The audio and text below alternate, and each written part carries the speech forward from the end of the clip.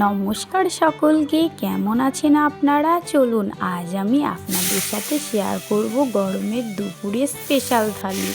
ছোট থেকে বড় সবাই পছন্দ করে টক জিনিস, আর টক ডাল হলে তো কথাই নাই। আমার তো প্রিয় জিনিসই টক। তো চলুন আজ কি রান্না করেছে মা, চলুন দেখিয়ে দিই।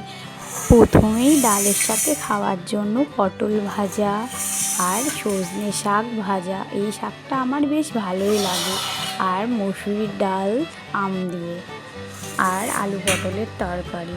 চলুন তবে রেসিপিগুলো সব দেখে নিই। প্রথমেই মা মুসুরির ডালটা ভালো করে সেদ্ধ করে নিয়েছিল, দিয়ে এবার কড়াইয়ে তেল দিয়ে পাঁচফোড়ন, শুকনো লঙ্কা ও সর্ষে দিয়ে দিল, দিয়ে একটু লাল লাল করে ভেজে নিয়ে আগে থেকে কেটে রাখা আমগুলো দিয়ে দিল।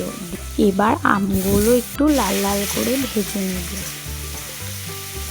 কিছুটা ভেজে নেওয়ার পর দেখুন এই আমগুলো না খুবই ভালো ছিল, তাই একটু ভাজার পরই সেদ্ধ হয়ে আসছিল।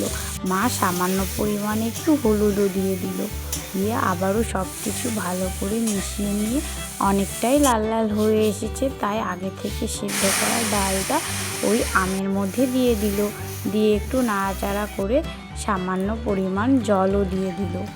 এবার একটু হলুদ দিয়ে ভালো করে নাড়াচাড়া করে স্বাদ অনুসারে লবণও দিয়ে দিল, দিয়ে একটু নাড়াচাড়া করে গ্যাসটি আস্তে দিয়ে 5 মিনিটের জন্য ফুটতে দিয়েছিল। 5 মিনিট পর অনেকটাই ফুটে এসেছে।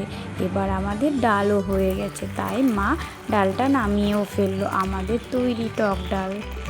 এবার মা ওই সজনে পাতাগুলো সেদ্ধ করতে দিয়েছিল, সেদ্ধ হয়ে এসেছে, তাই কড়াইয়ে তেল দিয়ে পাঁচফোড়ন, শুকনো লঙ্কা, তেজপাতা ও চেরা কাঁচা লঙ্কা দিয়ে ভালো করে একটু ভাজা ভাজা করে নিয়ে রসুন থেতো করে রেখেছিল সেগুলোও দিয়ে দিল। তারপরে কিছু কুচনো পেঁয়াজও দিয়ে দিল। এবার সব কিছু ভালো করে লাল লাল করে ভেজে নেবে, সেই জন্য কিছুটা নাড়াচাড়া করে সামান্য পরিমাণে হলুদও দিয়ে দিল।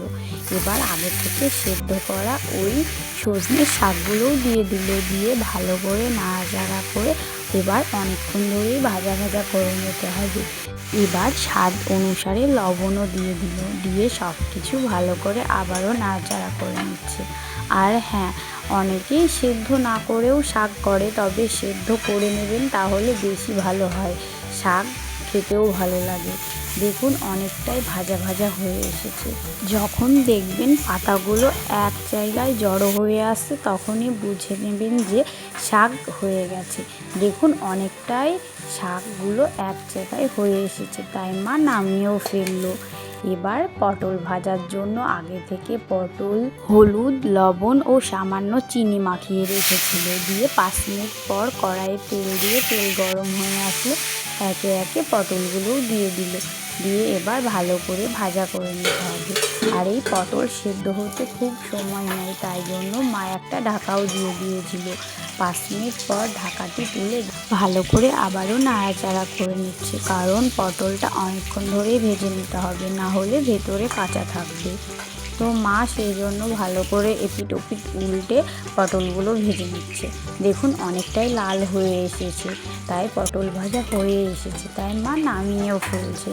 আমাদের তৈরি হয়ে গেছে গরম গরম পটল ভাজা। কে কে পছন্দ করেন পটল ভাজা খেতে অবশ্যই জানাবেন। এবার কড়াইয়ে তেল দিয়ে তেল গরম হয়ে আসলে আগে থেকে কেটে রাখা আলুগুলো সব দিয়ে দিল একে একে। এবার মা ভালো করে লাল লাল করে আলুগুলো ভেজে নেবে, সেই জন্য কিছুক্ষণ ধরে নাড়াচাড়া করে ভেজে নিচ্ছে। এবার সামান্য পরিমাণে হলুদ দিয়েও দিয়ে দিল, দিয়ে আবারও সব কিছু মিশিয়ে নিয়ে একটু নাড়াচাড়া করে নামিয়েও ফেললো। আলু ভাজা হয়ে গেছে। এবার ওই তেলের মধ্যে আর কিছুটা তেল দিয়ে শুকনো লঙ্কা, তেজপাতা ও পাঁচফোড়ন দিয়ে দিল, দিয়ে এবার আগে থেকে কেটে রাখা পটলগুলোও দিয়ে দিল একে একে। এবার এই পটলগুলো ভালো করে ভেজে নিতে হবে। এই পটল ভাজতে অনেকটাই সময় লাগে, এই সময় গ্যাসটি আস্তে দিয়ে পটলগুলো ভেজে নিতে হবে। কিছুটা পরিমাণ লবণও দিয়ে দিল যাতে তাড়াতাড়ি সেদ্ধ হয়ে আসে, দিয়ে একটু ঢাকাও দিয়ে দিল। 5-7 মিনিট পর ঢাকাটি তুলে আবারও সব কিছু ভাজা ভাজা করে নিচ্ছে। দেখুন অনেকটাই ভাজা ভাজা হয়ে এসেছে, তাই মা আগে থেকে কেটে রাখা টমেটো কুচিটাও দিয়ে দিল। দিয়ে সব কিছু ভালো করে মিশিয়ে নিয়ে এবার আগে থেকে ভেজে রাখা ওই আলুগুলোও দিয়ে দিল। দিয়ে সব কিছু ভালো করে মিশিয়ে নিয়ে আগে থেকে বেটে রাখা আদা, জিরে, লঙ্কা ও পেঁয়াজ ও রসুন দিয়ে দিল। দিয়ে সব কিছু ভালো করে মিশিয়ে নেবে।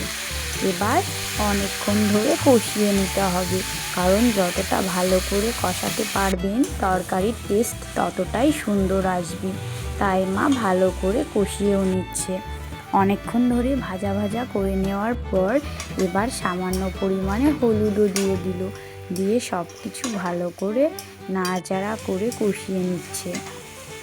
দেখুন অনেকটাই কষিয়ে এসেছে, তেলও ছেড়ে এসেছে। তাই এবার মা সামান্য পরিমাণে জলও দিয়ে দিল। যতটা প্রয়োজন ততটাই দেবেন। দিয়ে একটু নাড়াচাড়া করে স্বাদ অনুসারে লবণও দিয়ে দিল। দিয়ে গ্যাসটি আস্তে দিয়ে কিছুক্ষণের জন্য একটু ঢাকা দিয়ে দিল।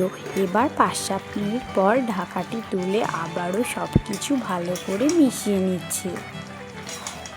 এবার আগে থেকে বেটে রাখা গরম মশলা বাটাটাও দিয়ে দিল। দিয়ে সব কিছু ভালো করে মিশিয়ে নিয়ে এবার তৈরি হয়ে গেছে আমাদের আলু পটলের তরকারি। তাই মা নামিয়েও ফেললো। মা আমাকে খেতেও দিয়ে দিয়েছে, খুবই সুন্দর হয়েছিল। আজকের ভিডিওটি আপনাদের কেমন লাগলো অবশ্যই জানাবেন।